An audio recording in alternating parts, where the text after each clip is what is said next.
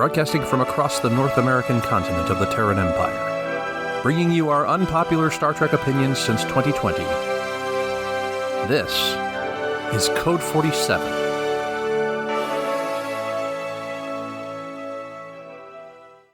And we are back. It's the holiday season. Holiday season and dickory-doo. And I'm not going to finish that because I always thought it was dirty. Anyway, this is the Code 47 podcast on the Secret Friends Unite podcasting network. I am Trek Lord of West Michigan, Charlie Carden, captain of the USS Grand Petoskey, coming to you on this Christmas Eve. Yes, we are recording on December 23. When you hear us, it'll be past Christmas. So I hope you had, if you celebrate, I hope you had a lovely Christmas holiday. But I am here, as always, with crewman 14th class, red shirt number 12. That would be Peter Stein. Good evening, Peter. Happy holidays. Happy Christmas. Happy Christmas. Give us some money. Oh, good stuff. Well, cool. Well, we are back as always in our bi-weekly format to talk about our love of Star Trek. We've been cutting things up between bi-weekly recaps of 2 episodes of Star Trek Discovery, and actually learned that we will be getting a little Discovery hiatus in the month of January. We will be getting back to episodes of Star Trek Prodigy and kind of finishing out that, or continuing that season rather. So our next episode will have actually the episode that aired today, which, believe it or not, I was away from home and I didn't watch it first thing. Shame on me. Shame. I guess I don't feel as bad as I could. So I'll watch that over the holiday weekend. And by the time we circle back again, we'll have 2 episodes to talk about. And then we will jump into talking about additional episodes of the animated Star Trek Prodigy. But let's hop right into it right after we talk about this episode's VHS cover of the week. Now, these are... I feel bad because I'd love to get a little variety into these. And it's kind of funny because we're talking about each one that we're talking about because we're in episode 61. We have episode 61 of the original series, which is in the beginning of season 3. And we're just rounding out season 2. But the image of this says 1,000 words. I wonder if this was somehow the inspiration for like Cerebro in the X-Men movies, like that we saw in First Class, or maybe, Doc Brown's brain reader in Back to the Future in the 1950s segments. I could see that one for sure. Yeah, because it's the episode with the longest. You know what? I'm misrepresenting. Yeah, I feel like this image is actually from the episode with the longest title of any Star Trek, For the World is Hollow and I Have Touched the Sky. Because I thought that's what was going on here, but I must be mistaken. But yeah, this is McCoy, right? Spock's Brain, which was the season 3 premiere, or at least it was the broadcast premiere, widely regarded to be the single worst episode of all 800 aired segments of Star Trek. I mean, can you think of a worse one? It's ridiculous. I mean, Sub Rosa still might be the worst for me. Bev's hooking up with a ghost. Yes, but I mean, you have an alien society that essentially does exactly what's described in the title. They steal Spock's brain in order to power their society, and hijinks ensue. What can I say? What can I say? That's always the way that works. It's completely absurd. Yes, it's completely plausible. You did a letter writing campaign to bring back Star Trek, and you get this. You tune in and you're like, you know what? Fuck you, Star Trek. I'm sorry. I'm not editing myself out because if I was watching this on September 20th of 1968 when it first aired, I think I probably would have gotten slapped by my mama because kids didn't talk like that in the 60s and get away with it. But yeah, this was you're right. The show that couldn't get canceled enough kind of set the bar, set the tone for what would finally be its Waterloo, its death rattle, was with this episode. So anyway, that's delightful. But let's get right into the meat of it. We already talked about a news story. Obviously, Discovery is going to be taking a break, but we got 2 episodes to talk about. We got episodes 4 and we have episode 5. So let's jump right on in. Peter, I'm sorry, go ahead. Oh, I just forgot the name, so I can't give too much detail. But we did have an announcement of a new Star Trek video game.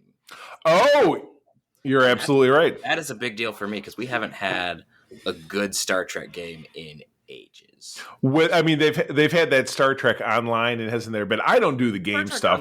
Star Trek Online has been pretty solid. It's not right, amazing, but it's pretty great. But this is like a console. I feel bad that we didn't get prepared. This is like a console, like action game thing happen. Is that what you're talking about? It's a Telltale game. So basically, what it is you walk through a narrative story. So you can do certain things, but it's guiding you through a story. So it's less intensive as most other games. Okay. Or whatever. Oh, that's awesome. Like, fully fleshed out story, and that's like the big thing that they're known for. So that's awesome.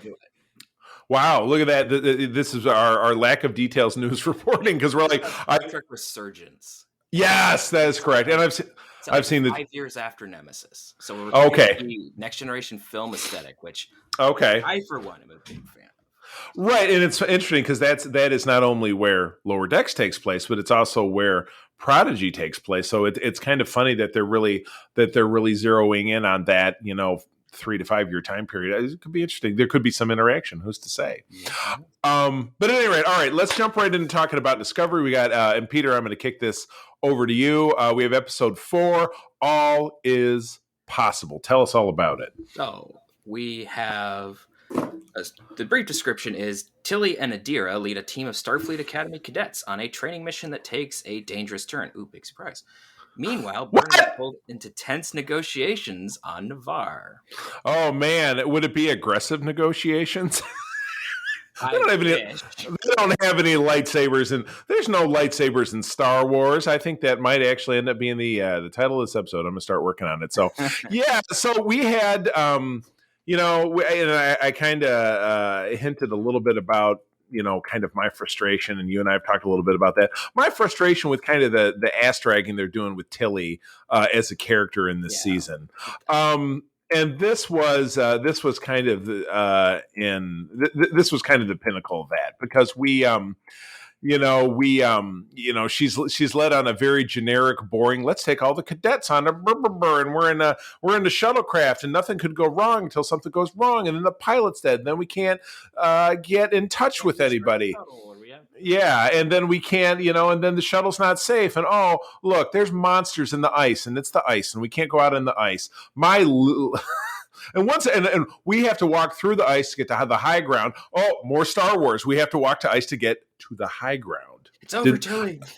It's over, Tilly. I have the high ground. I still didn't see any lightsaber, so I'm still calling a technical on this one.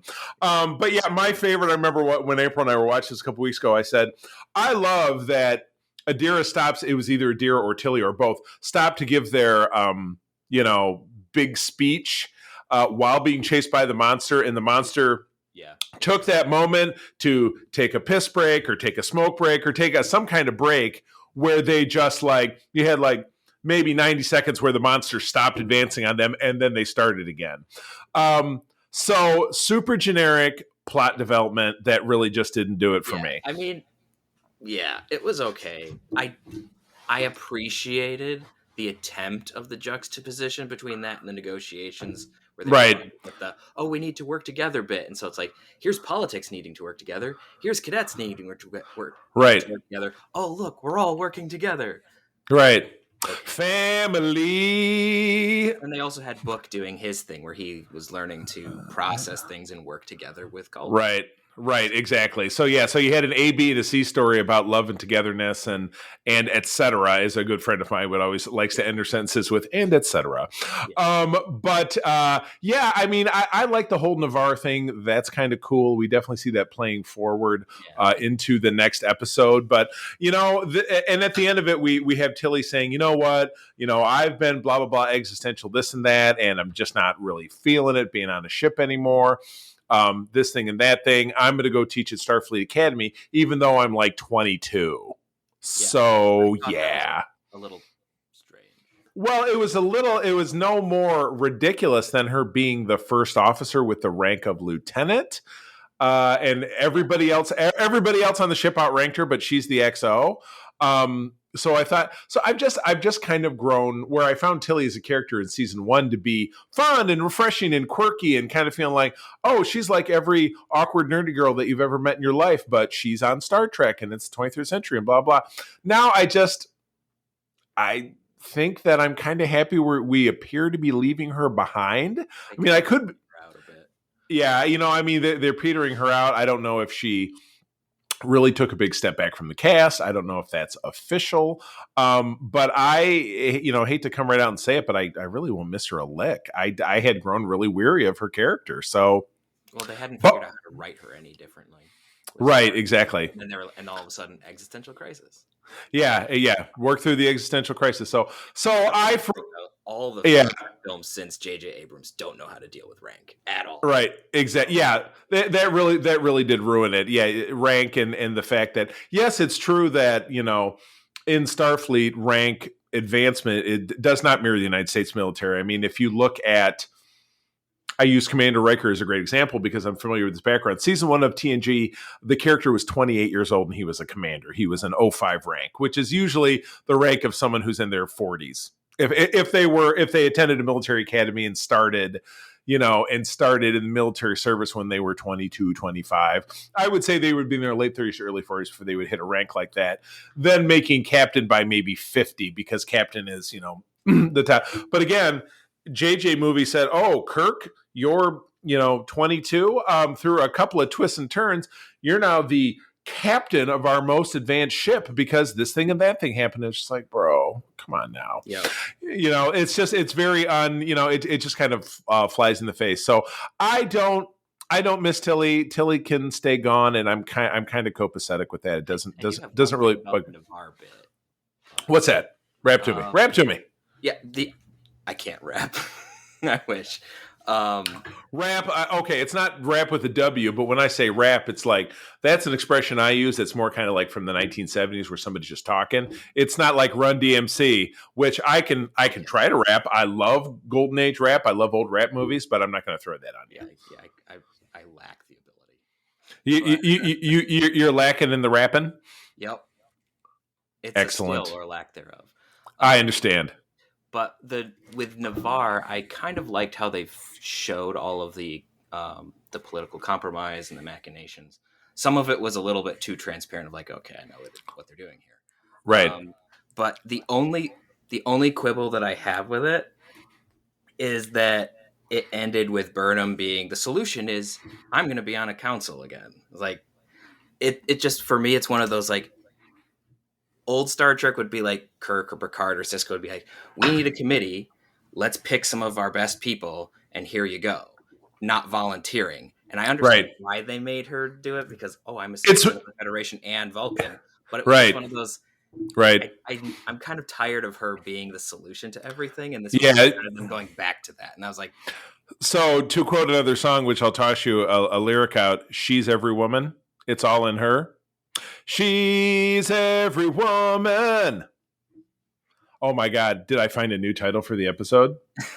Maybe. Oh, maybe. All right. Let's move on to the examples. Episode 5. All right. And I will read this. Burnham and Book race to evacuate a group of stranded colonists in the Anomaly's path. Again, back to the Anomaly, as it couldn't get too far away from the Anomaly, as one of the Federation's brightest scientists comes aboard the USS Discovery to do high-stakes research with Saru and Stamets. Ooh, high-stakes research. Tell me all about it. Oh, yeah. High-stakes research. So we get the classic, like, we have this zany, grumpy scientist shows up who can't give the time of day to the crew. Like, that's a pretty classic trope. But he comes on and they're researching the DM. The DMV. Yeah, it is the DMA. Yeah, which to me, again, totally sounds like it could be a rap. Maybe because I love Run DMC, the DMA, Run DMA. All right, changing it again. Keep going, keep talking, my friend. I keep thinking DMV like Department of Motor Vehicles. Exactly. And then they're going to sit there and be slow which they kind of are. They take all the episode to figure it out.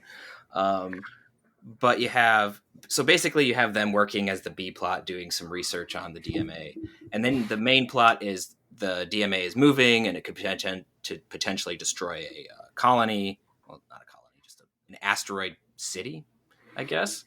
And so they're like, we're going to go evacuate everybody. So they bring like 5 starships and then they're beaming everybody up. And then it's revealed that, there's prisoners underneath this shielded bunker. And Perhaps we need to go rescue them, but they're in Phoenix, and we can't let them go.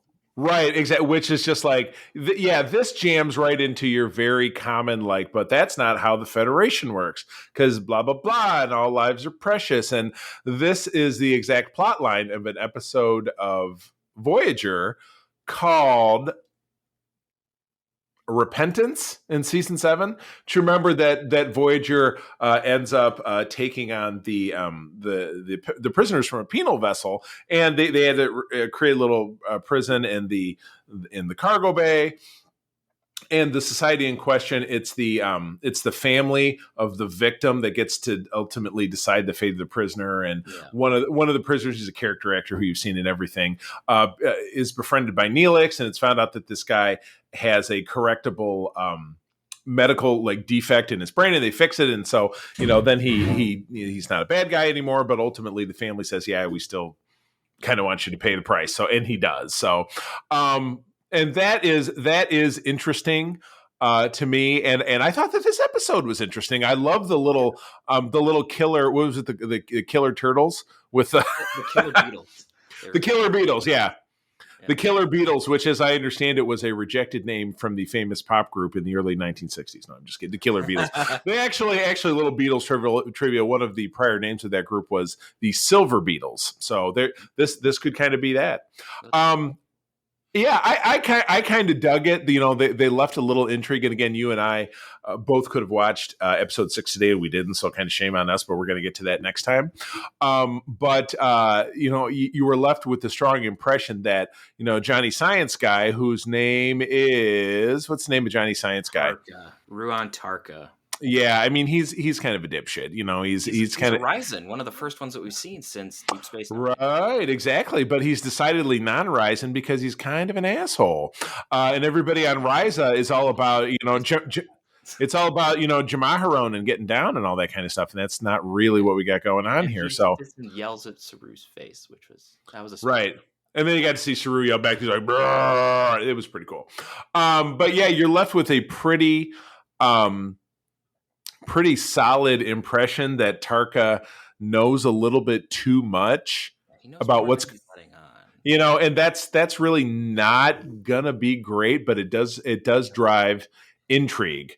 Yeah. It just really does drive intrigue, and you see a lot of great stuff with that in this episode. And also Culber has a great arc, I thought. But go ahead, please.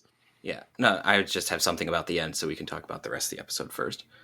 But Culber does have a pretty good arc with this one. I thought it was the one thing that was a little interesting for me, and I don't know if you have a different insight on this one, was how they're using Kovich as kind of like another sort of psychological sounding board. Like he's talking to Culber about what Culber is feeling. And you're talking about... You're talking about David Cronenberg, director David Cronenberg. Yeah, exactly. Yeah, it's awesome, and I love it how everybody's in this. But nope, I'm a hologram. I'm out. So you never really know. But yeah, I thought that was great, and of course, I as a student of humanity myself, I have a great interest in clinical psychology and this kind of stuff. So yeah, I really do. I really do like that, and I really thought that was great. And it's interesting that he is Culber is a medical doctor on board the ship, but he's not the chief medical officer, but he also became the ship's counselor, which was not something that they even had in the 23rd century that we ever saw. So it's interesting to see him wearing a bunch of hats. It's interesting to hear him talk a little bit about his past and his family. He was recalling a death ceremony for a relative where they had they kind of described it kind of they kind of had a weekend at Bernie's, a dead relative, something doing the service. That do that, yeah. Yeah, exactly. So no, I loved it, but yeah, I think that we're absolutely left with knowing that our Ryzian guy is kind of a dirty bird. So I guess we will find out. I'm of the opinion that it's not necessarily him as a Ryzen. Okay. Because at the very end of the episode, he's talking to... Crap, who is he talking to? I was talking to... Well, it was Stamets. He's talking to Stamets and then Book. Book is the one. Right. So he's talking to Book, and then he kind of reaches up and rubs the back of his neck after he gives like an idea that he knows something. And we see a circular mark. And I'm thinking... he's chained. That he's chained. Right, no, emerald no, chain. Not chain. I'm thinking that he might be that they might be bringing back the bluegill. Oh my God! Literally, when you said, you know what, I didn't make that connection until you started talking, and then I'm zeroed in on that because that's a great plot line that was revisited in the post series DS9 novels, which are of course not canon, so they can do anything with it. But wow, good catch, Peter. I like that. I like that idea a lot. It's also explored in the fan series that I work on, so that's why I'm really aware of it. But of course, that's really where it's at. So, well, cool. Okay, so in our next episode, we will tackle episode 6, and then I believe we'll also tackle the return of Prodigy, which would be great. So we'll still have 2 episodes to talk about, and we will then finish what we're going to start right now because we're going to launch into segment 2, which is, what is it called, Peter? It's been a long road. Getting from there to here. That's right. We are now approaching the 3/4 mark of season 2 of Star Trek, the original series.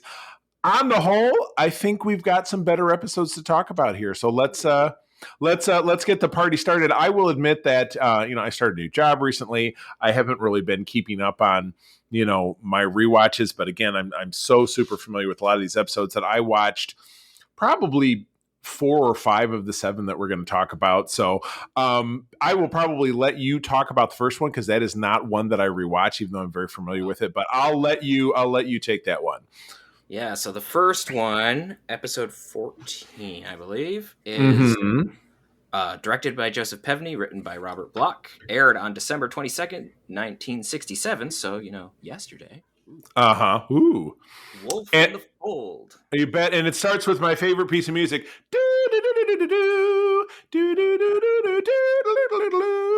Click, click. Yeah, the dancing cantina music or whatever. Very good. But anyway, take it away. So, Mr. Scott is implicated in a series of bizarre murders on planet Argalius during a planned break for Scotty, Kirk, and... Whoa, okay. On planet Argalius during a planned break, Scotty, Kirk, and Bones encounter a series of events where Scotty is blamed for murdering 3 women, 2 local to the planet, and 1 crew member aboard the Enterprise, Lieutenant Tracy. The Prefect wants to investigate the murder on the planet, but all methods seem futile. Once aboard the Enterprise, the computer, fed with all the medical records of Scotty, begins analyzing Scotty's response to all of the questions. The committee realizes that Scotty is not lying, and indeed someone or something else is responsible for the murder. The committee eventually finds that the thing resembles Jack the Ripper from Earth, and has been known to exist throughout the 20th, 21st century, and so on, on all systems between Earth and Argalius. Upon further analysis, Hengist, security advisor to the Prefect, is found to be possessed with the shifter that causes fear in humanoids and kills them. The thing takes control of the Enterprise and Enterprise computer and threatens to kill them all. Spock overrides the controls to manual, overloads the computer banks to calculate the last digit of pi, classic, making the thing impair for 2 hours, while Bones tranquilizes the entire crew. The thing is captured inside Hengist. Finally, and it says he's transported to the furthest regions of the galaxy? No, he is transported just generally outside the ship into a zillion pieces. Right, because the transporter doesn't have the capacity to transport against. Yeah, exactly. So I will, again, I'm getting this off Wikipedia, but it's incumbent upon our talents to summarize it better. I dug this episode. I probably really should have watched it again, but we'll call season 2 kind of the season of Scotty just getting the shaft. He's died like in 2 or 3 episodes, and then in this he's possessed by a murdering spirit. I mean, what else? Here's a great parallel. Who else gets the shaft who happens to wear an engineering uniform in Star Trek? That would be Geordi. Because what happens to Geordi? He never gets the girl, gets kidnapped by Romulans. He ends up in a mud pit with a Romulan stranded on a planet. What? His mom's ship, sink into oblivion after. Right. Yep. Yeah. Loses his mom, but it gets tormented by some weird space alien that pretends to be his mom. I mean, everything for Geordi really sucks. He doesn't, and it's kind of the same thing for Scotty, because what happens is Scotty goes on, his nephew joined Starfleet and he's on the Enterprise and he dies, and Scotty has to be there when he dies.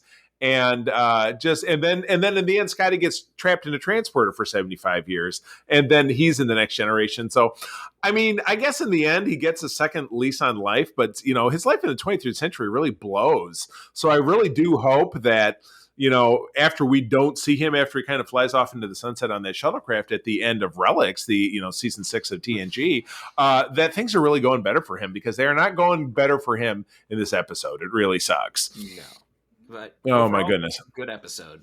Overall, I enjoyed it. Definitely Scotty as a punching bag. No doubt about it. But anyway, nothing can compare with what comes up next, which is probably on most people's at least number 2 of best episodes of the series. This was like one of the few episodes that won an award. Oh, gotcha. Okay. But yeah, this was probably second only to City on the Edge of Forever, which was written by Harlan Ellison, and it's at the end of season 1. But this is The Trouble with Tribbles, written by Joseph Pevney, directed by David Gerard. Or maybe that was the other way around. Yeah. David Gerard was the writer. Joseph Pevney is kind of a staff director, so he does a lot of stuff. This aired December 29, 1967, so again, right around this time. But yeah, this is great. Go on. I mean, everybody knows the plot, but I'll just break it down. Tribbles, purry, fluffy, and fertile creatures disrupt the exploitation of a disputed planet the Klingons and the Federation are squabbling over. The Enterprise reports to Space Station K7 on the edge of the neutral zone. The station administrator, Mr. Barris, asks Kirk to provide protection for the storage grain that will help, obviously, the Enterprise and the Federation keep the Klingons from capturing this vital planet. Boy, this is a really long and unnecessary. But anyway, Uhura and Chekhov are hanging out in the bar with this dude, Cyrano Jones, who is carrying this furry little Tribble thing. He gives one to Uhura. It ends up back on the ship. We find out that, and it's funny because we obviously get exponential backstory on the Tribbles with the trouble with Edward, Star Trek, the short treks following Discovery Season 2. So you get a little backstory and found out that they were actually created or weaponized by a Starfleet officer a couple years before this. But anyway, the Tribbles reproduce exponentially. They end up all over the Enterprise. They end up in the storage grains, in the vent system, which gives us, of course, the famous Kirk and a pile of Tribbles visual, which we've all been enjoying for 50 years. It's later revealed that the crop was poisoned by a Klingon spy who has been Arn Darvin, who has been posing all along, who looked like, I kid you not, I've always thought this, particularly because the outfit that he was wearing looked like a early Beatles John Lennon. Take a good look at his face. And then take a good look at John Lennon from one of the early Beatles album covers with the Beatles, or Please Please Me. Looks exactly the same. Kirk foils the plot.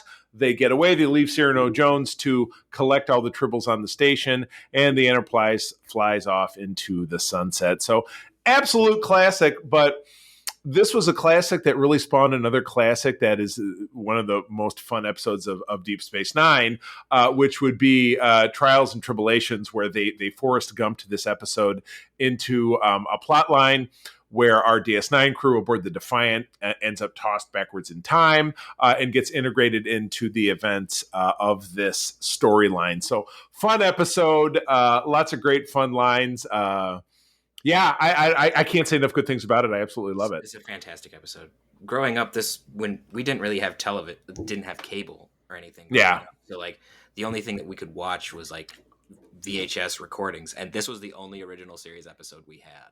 Yeah. Oh man. Bad Boy on repeat a lot. So like I know the Trouble with Tribbles really well. It's my goodness, funny stuff. When they had that the exhibit down in Detroit, they actually had that little itty bitty model of the Enterprise that they stuck on a shelf in the window to make it. So I got to see that. I remember that exhibit too. It was about back 2009, I think it was. Saw that at the Detroit Science Institute. 2 years ago. The 2000. Oh, gotcha. Oh, the one. The other one. The one. Okay, gotcha. Not in Detroit.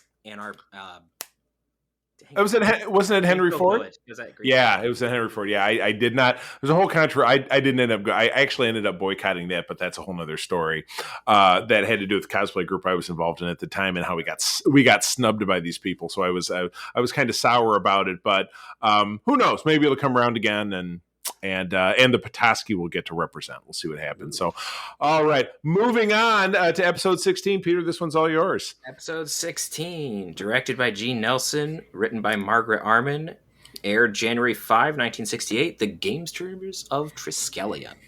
I bid 12 quatlus on the newcomer. 13.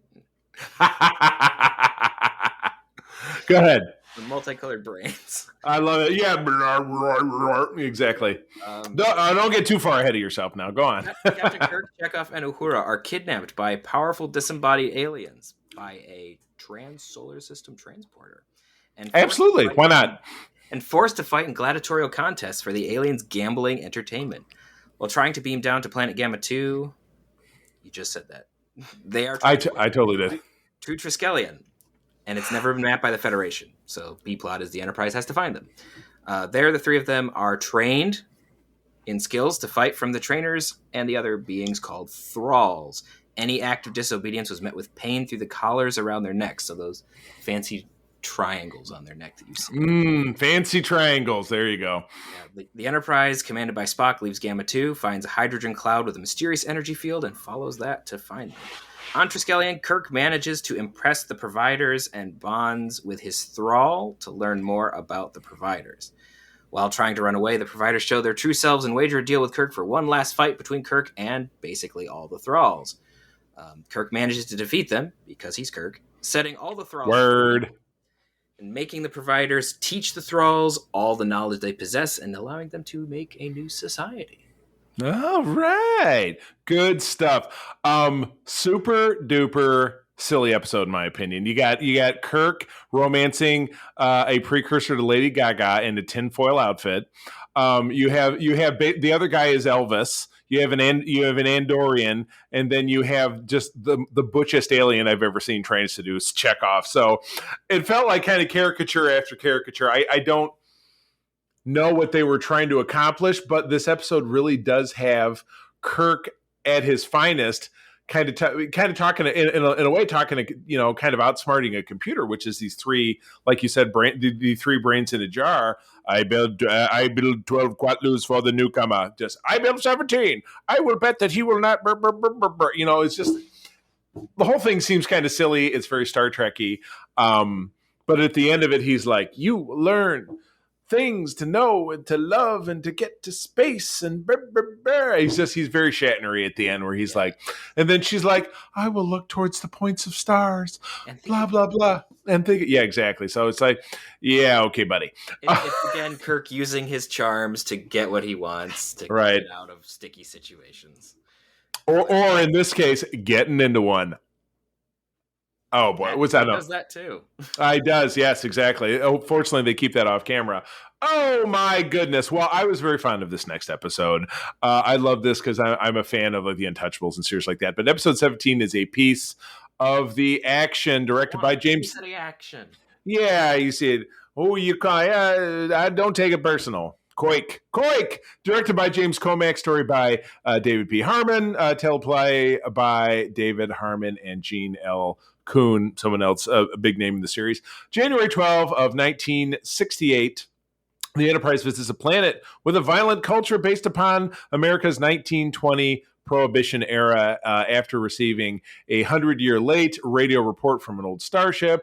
Our classic trio of characters beam down and discover pretty much what I just told you. Everything was spawned basically from a book left behind by this old ship, the Horizon, 100 years hence, about the Mobs of Chicago from 1920.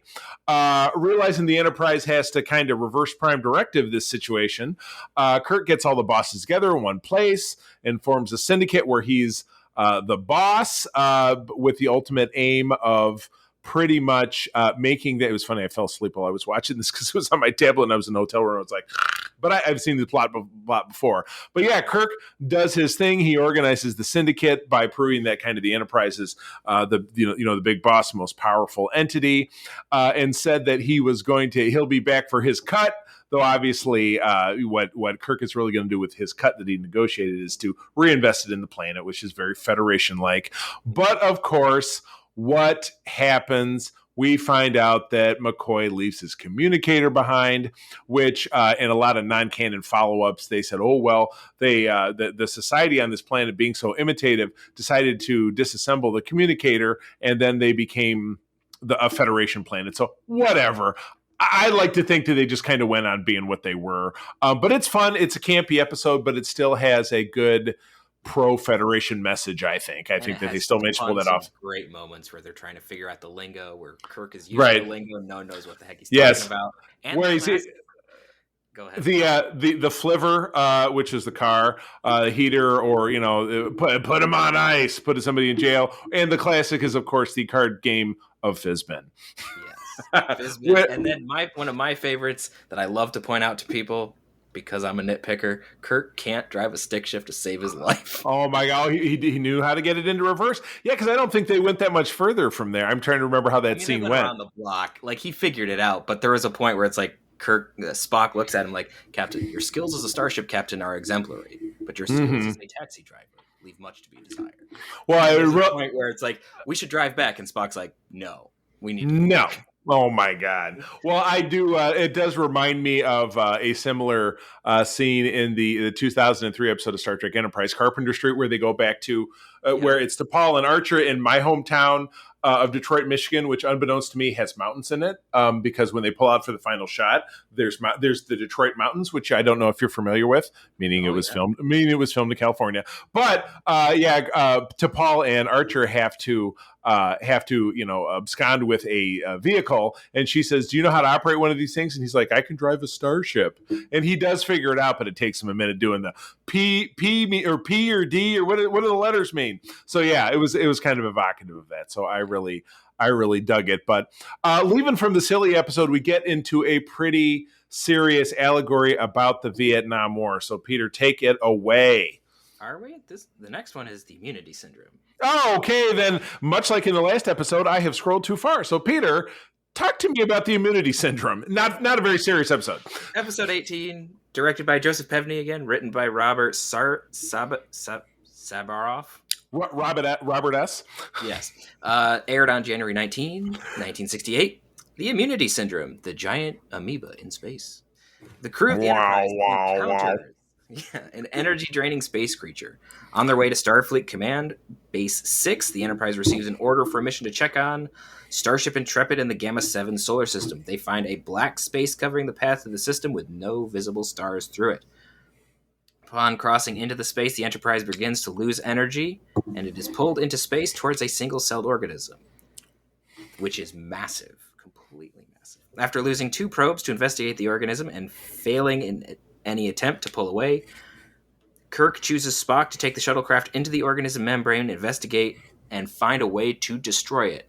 Also, this is where the Intrepid died. Ouch! But the Intrepid died in here. That's a toughie. Spock finds out that the organism is about to reproduce. Oh no, we don't want more than this. And has a nucleus that can be attacked with a full charge of antimatter energy. Antimatter will do that. Yeah, indeed it will. Kirk then manages to send the probe with the help of Scotty, equipped with a timed bomb of antimatter, and the Enterprise begins to drift out of the membrane, grabbing the shuttlecraft with a tractor beam, and as they get out, the organism explodes. And the galaxy is saved from everything-eating giant space amoeba. Right. I will not lie to you. I watched this one today, and I find this to be a very unmemorable episode. It's like, oh boy, super space anomaly. So less we say about that, the better. Let's move on to the episode I thought I was talking about, which is actually pretty significant. And then we're also running down on time, so we'll go through these kind of quick. But episode 19 is called A Private Little War, directed by Mark Daniels, story by Don Ignalis, and teleplay by Gene Roddenberry. Well, which is kind of reflective of kind of its significant tone. Captain Kirk must decide how to save a primitive people from the technological interference of the Klingons. Upon landing on a planet with a humanoid population, Kirk finds that half that population, led by his old friend Tyree, is still primitive, and the other half has firearms. Spock is shot and he is beamed back to the ship to recover. Kirk and McCoy must begin an investigation. Kirk is poisoned by a wild beast, the Mugato, not the very disgusting incarnation of the Mugato that we see in Lower Decks. The less said about that, the better. With the Enterprise unavailable to help, Tyree's wife, Nona, heals Kirk, but she also attempts to control both Kirk and Tyree. Great stereotype there about women. Yikes, trying to pit men against each other. Really not very forward thinking. I wasn't really super fond of that. But historically accurate. For a primitive society, if you will. After recovering, Kirk takes Nona away from the camp, but is attacked by her. She steals phaser and runs out of the enemy camp, but is killed in the ambush. Tyree agrees to use weapons to fight to protect his people. Kirk asks Mr. Scott to make firearms for the primitive people, serpents in the garden, to maintain a balance of power between the two camps. So, allegories all over the place. And I feel like you're much more intellectual than me, Peter. So you probably have a little bit more perspective on this than I do. I was always really felt that this was reflective of the Vietnam War, which was at its height in 1968, and the United States trying to balance the scales to fight communism, to stop it from taking over Southeast Asia. But ultimately, we do see how that worked out. So this is a story I think that without a doubt begged for a follow-up of some kind. But oh yeah, it would have been good. They just never Kirk did the exact opposite. And it's funny that there was a similar plot line, and as was very common in the first season of TNG, for the episode Too Short a Season, where you had a Starfleet captain 40 years prior to the episode, and so that captain was now an admiral, an ailing admiral, who said, well, 40 years ago, I did for this, squabbling group exactly what Kirk does here. I gave weapons to the other side, my version of the Prime Directive. And so this was clearly Kirk's version of the Prime Directive, kind of balance the scales of power. It's the classic, well, someone else screwed with the Prime Directive, so now we've got to balance it. Right, yeah. It shows up all the time. And it's one of those where it's like, you got to balance it. And so you're curious. It's curious to me of like, so damage has been done, so do we act to counteract it, or do we let it go because the Prime Directive tells us not to mess with it? Exactly correct. So this was a great episode that I thought, and really, TOS episodes did not really have a lot of follow up. So we did see returns of characters like Harry Mudd, but again, that was really very satirical. But this was a plot thread that I think could have been pretty amazing in an episode of TNG or DS9 or something like that. I mean, I would be okay with them bringing it back for something else later on. Yeah, exactly. They obviously can't touch it in Strange New Worlds because that takes place before. Right, exactly correct. So yeah, it would have to be something. But this is just a classic. The social commentary, really what Star Trek does best, put into play with a rip from the headlines kind of thing, which happened. They did it in TNG with terrorism, like in the episode "The High Ground." They did it with rape and AIDS culture in the episode of Enterprise in season 2 that was called Stigma. So yeah, I mean, it really is. And this is, I think, one of the finest examples of that. So, all right, let's take it home with episode 20. Peter, it's all you. Episode 20, directed by Ralph Sineski, written by John T. Dugan, aired on February 9th, 1968. Return to Tomorrow. Another Tomorrow episodes, but not time travel. Tomorrow, yeah, exactly. Yeah, you're screwing with us with time travel. So, telepathic aliens take control of Kirk, Spock, and Dr. Mulhall with the intention to build new android bodies for themselves. So this is after the Enterprise discovers a distress signal from a planet way out there.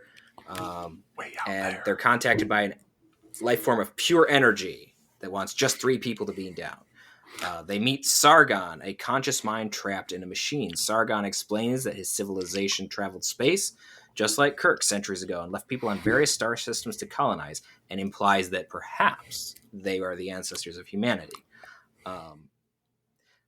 They like to do that in the original series in TNG a lot. A little bit. Anyway, this planet went to war where the people destroyed themselves except for a few. Sargon, his wife, and another remain alive like this and wish to take control of Kirk, Spock, and Dr. Mulhall so they can make android bodies for themselves. The Enterprise accepts their offer after deliberation, and Sargon begins to work. Side note, as these entities remain in the bodies, they start to overheat them. Their metabolism doesn't quite work with it, and so there's a possibility for them to die if they're in there too long. So, Peter, would you say they were hot-blooded? Check it and see. Got a fever of 103? Quite. But I digress. So to allow the body to sustain transformation, Henoch makes a potion, but then Henoch comes up with an idea to rid himself of Sargon so that Sargon's wife, whose name is escaping me because it's not written down. It was Thalassa. I just watched it. This is the one that I just watched a couple hours ago. So there we go. Yeah. So he plans to Thalassa, we should stay together in these bodies, not androids, because they can't feel anything. It's just you can't love. Are you trying to say that androids don't have boy girl parts? Hello, I'm Dayton. I wish to take issue with that. Yeah, but he is fully functional. Yeah, so he devises a plan. So Sargon, they think they kill him, and he's not dead, and then they cause Henoch to poof into oblivion, and then Sargon and Thalassa also decide to enter oblivion together because we've lived too long, and we're just going to be a problem, and so bye. Right. Dust in the wind. Sing it with me, Peter. All we are is dust in the wind. Oh my gosh. Completely irrelevant episode. It's interesting in the sense that it's like a classic Star Trek trope of bringing an alien race and let's see how they interact with modern society. This is actually a trope that I would like to see come back, but in a different way.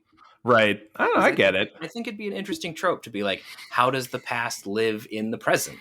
Right. Topic. Because I think that that's one of the things that Star Trek does really well as well. I think, honestly, it gets better on this than it does on the social commentary, is just commenting on the human experience.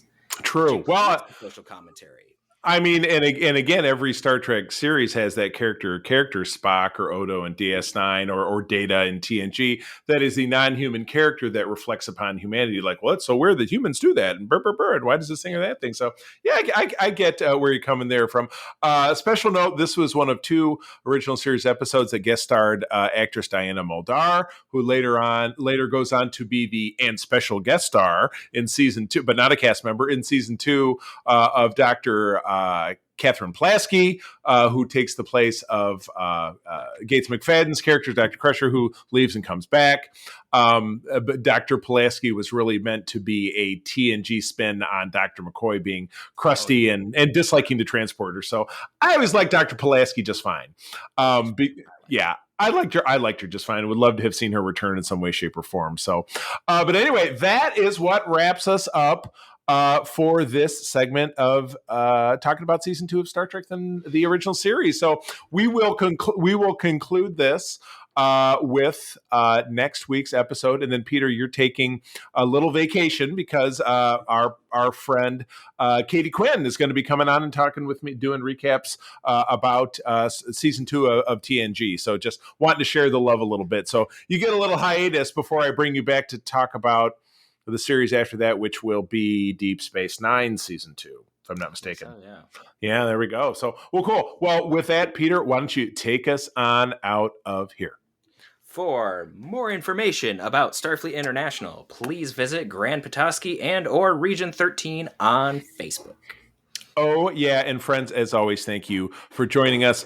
Find us over on Twitter at Secret Friends U. I'm going to tell you, as always, that sharing is caring and to keep on trekking. Peace and long life. Oh, yeah. Code 47 is part of the Secret Friends Unite podcasting network. Visit secretfriendsunite.com for our great shows, articles, news, reviews, and more. Secret Friends Unite podcasts are available on Apple, Google, Spotify, or the podcast platform of your choice. If you would like to be part of the conversation, visit our new Discord server, or join us on Facebook, or follow us at Secret Friends U on Twitter. Please subscribe to Secret Friends on YouTube, and don't forget to visit our merch store at tpublic.com. Just search Secret Friends Unite. Thanks for listening.